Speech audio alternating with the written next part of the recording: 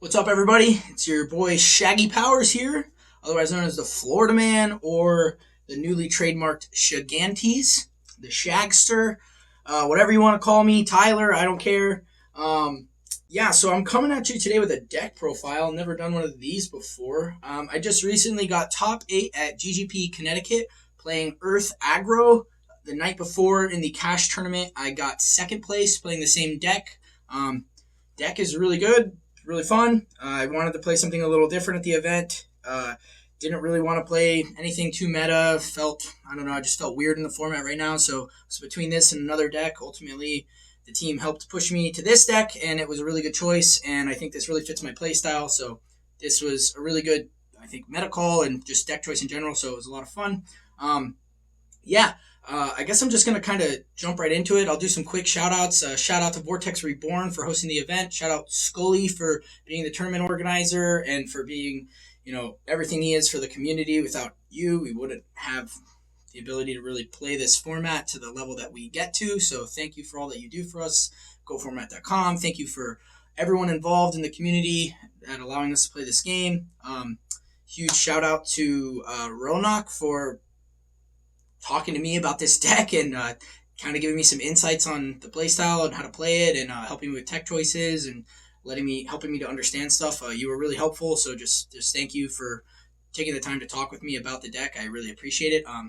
Huge shout out to Ultra Instinct, my Yu-Gi-Oh team. I am so grateful for all of you each and every single day. I can't even believe that this is even a thing. Some days I wake up and it's just crazy to think that I started this and when I was really bad, and now we've grown to the where we are, and I've gotten so much better and all this stuff. I'm rambling, but I'm just really grateful for all of you.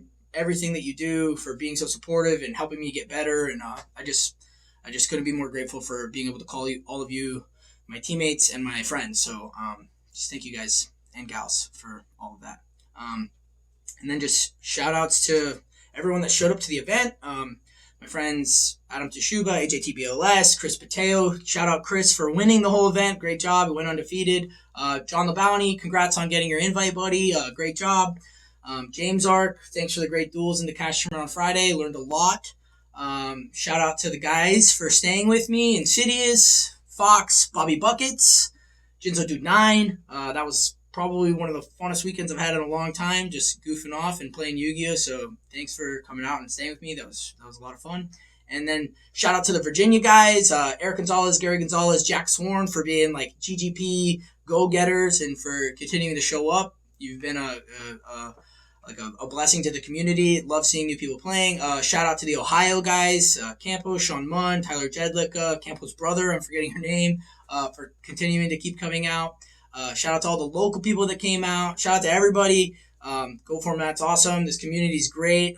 Let's continue to grow it the best that we can, and just continue to have fun and be who we are. So, I'm just gonna jump right into the deck profile. All right, so let's just jump right into the deck profile. Like I said, played Earth Aggro. For starters, you play the 3 Gigantes. This card is really cool. Any card that can special summon so that you can summon multiple monsters on the field at the same time is a really cool way to play an aggro strategy. You only have to banish 1 Earth monster, which you play so many in the deck that it's really feasible. Has a really cool effect. Doesn't come up too much, but if this monster is to be destroyed by battle, it destroys all spell and trap cards on the field. It's like a heavy storm with legs, basically. So there's actually times where it comes up where you can crash this guy to out a bunch of back row, and they essentially have to answer this card. It's really, really good. It's got 1300 defense. You can't sook it. Where this deck is really strong versus like a traditional warrior deck is that it's pretty unsookable, like the entire deck.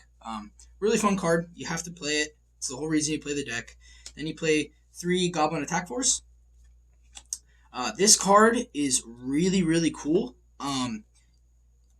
What it allows you to do is you can attack direct with this to punch for 23, which is fine. The effect to go in defense kind of stinks, but you need Earths in the graveyard anyway, so them killing this guy is perfectly fine because it allows you to summon this guy. You also play Revivals, so this is a decent card with Call or Prem to revive to attack and apply pressure.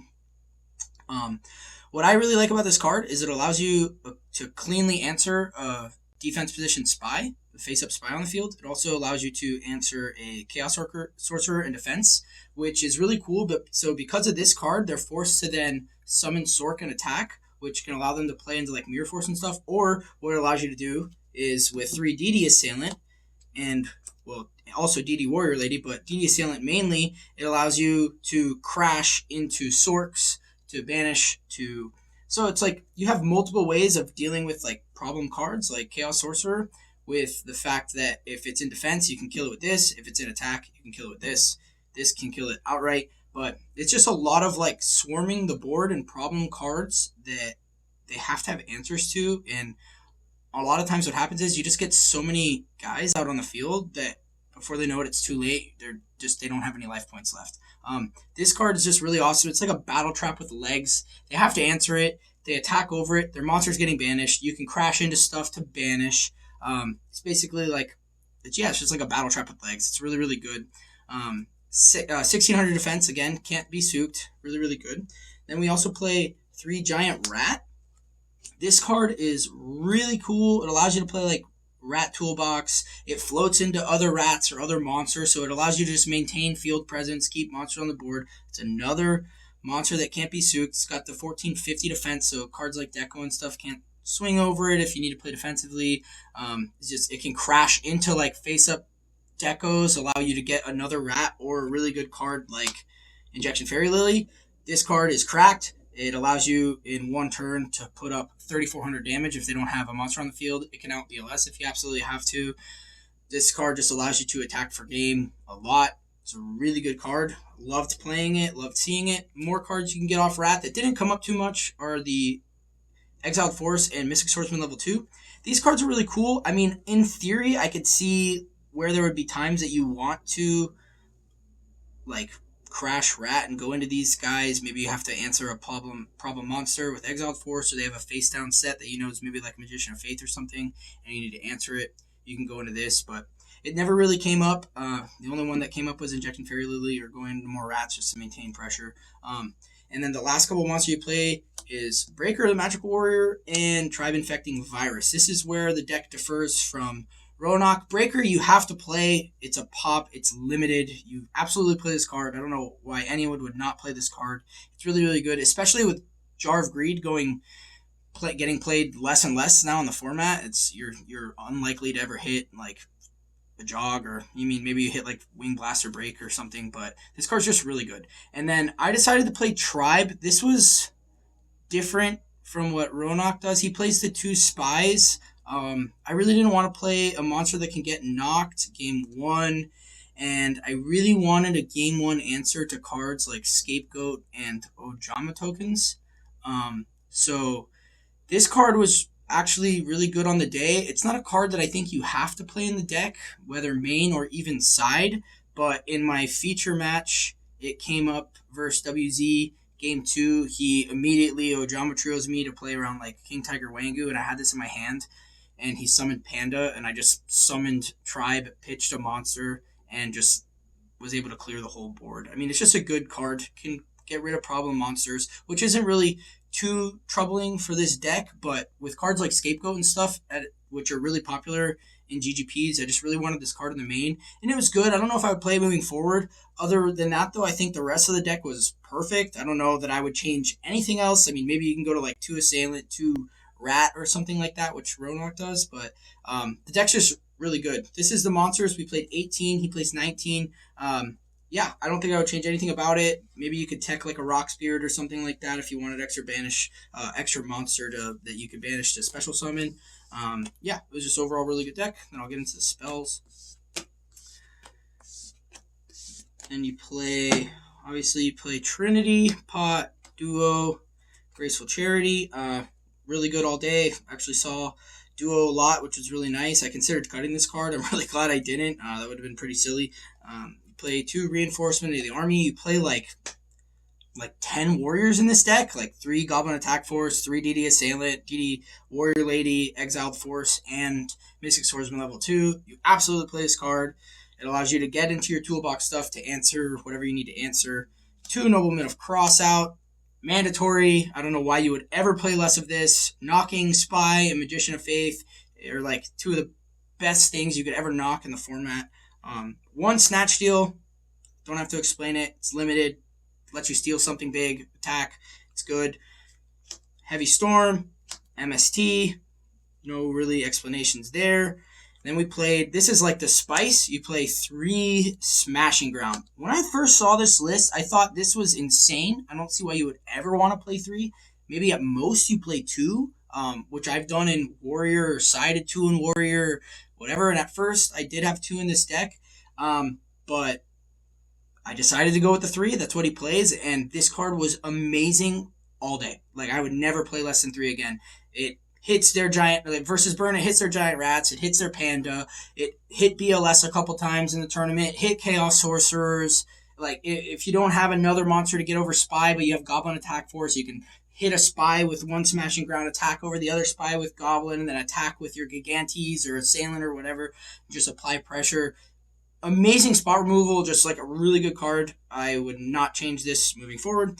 And then we played the 1 Premature Burial. We did play Revivals in the deck, played the Call.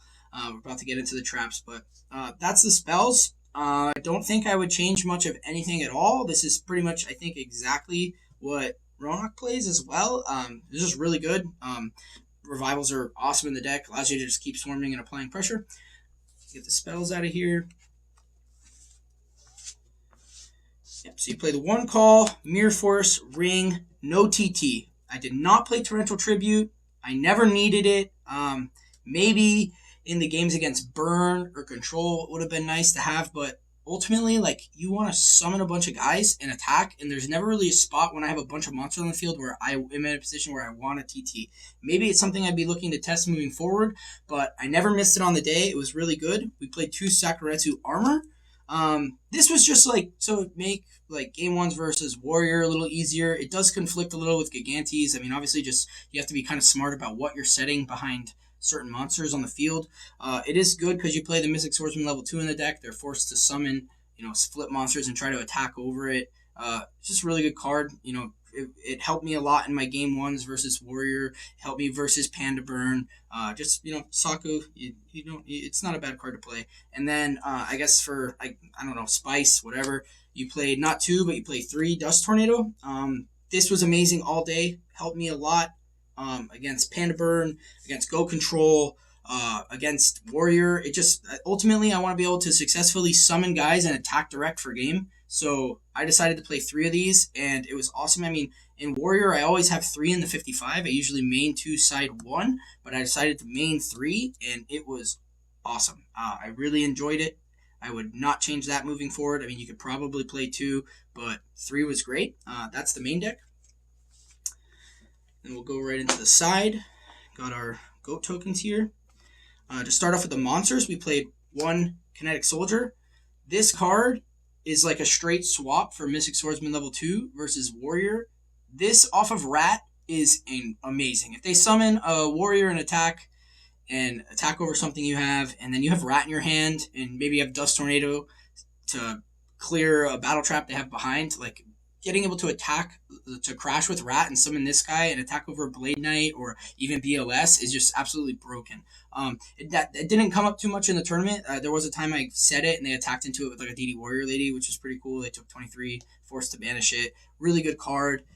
Then we played 3 King Tiger Wangu. This is for control. It's for burn.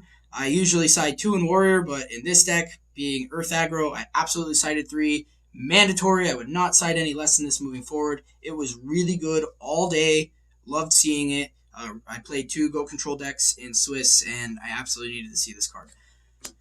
Des Wombat. I played 3 of them. I don't know if this is correct. You probably want to play some amount of these guys in an Earth deck, but really good. It stops them from being able to use their burn cards. It attacks under level limit area B. If you get to summon both of these at the same time versus Panda Burn, that's just really bad for them.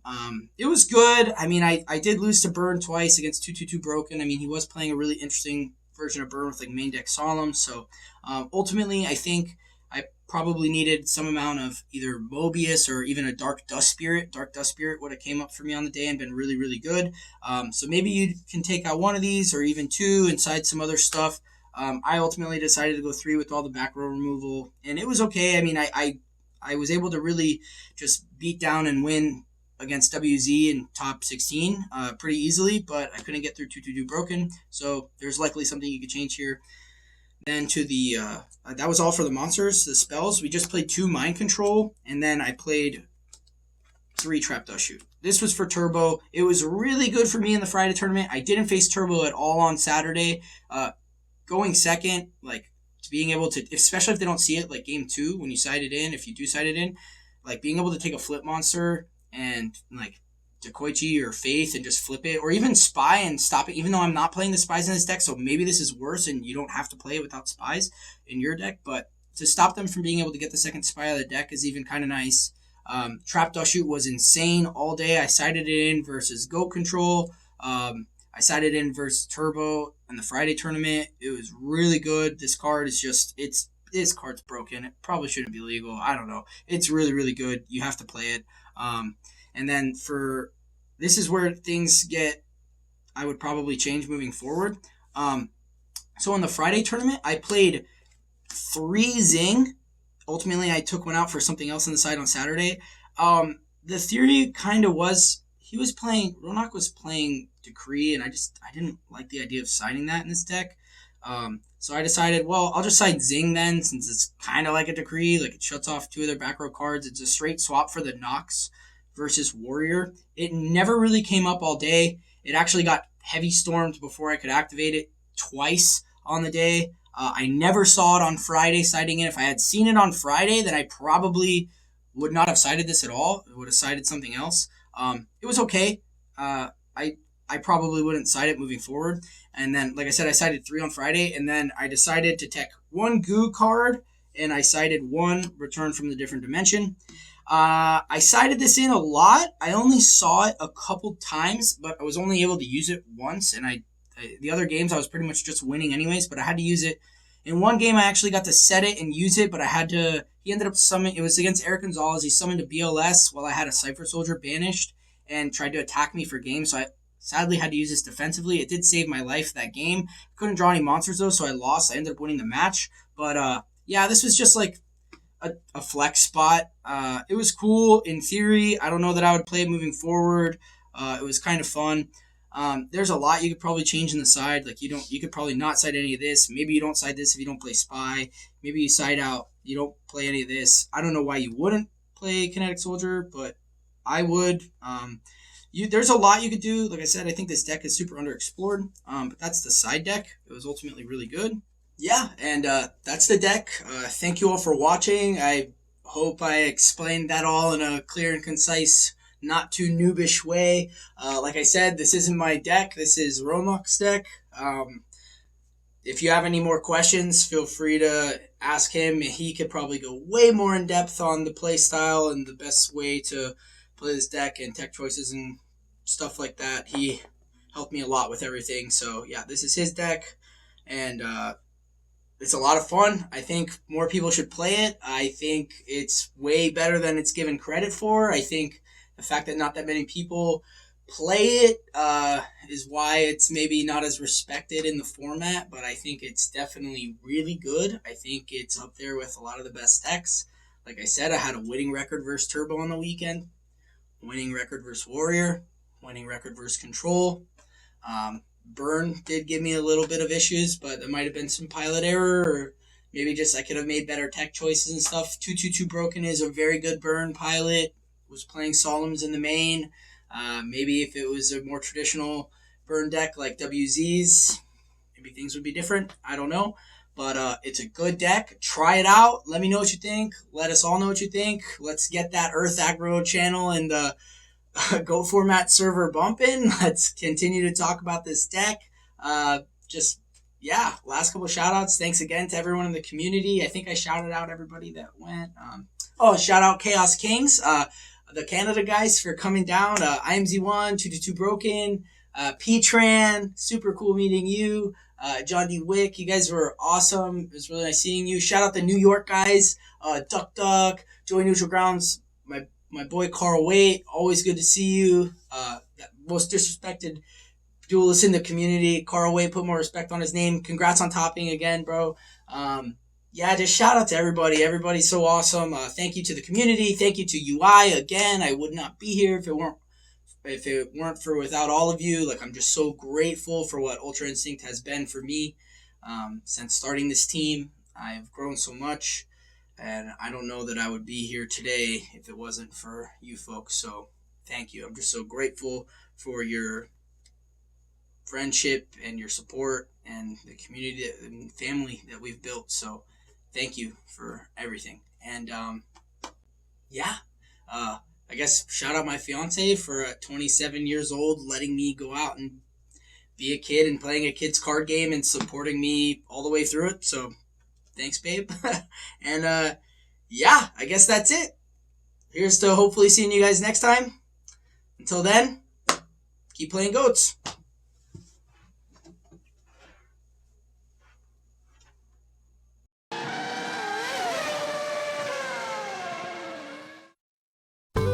This program was made possible by the Corporation for Public Broadcasting and by contributions to your PBS station from viewers like you. Thank you.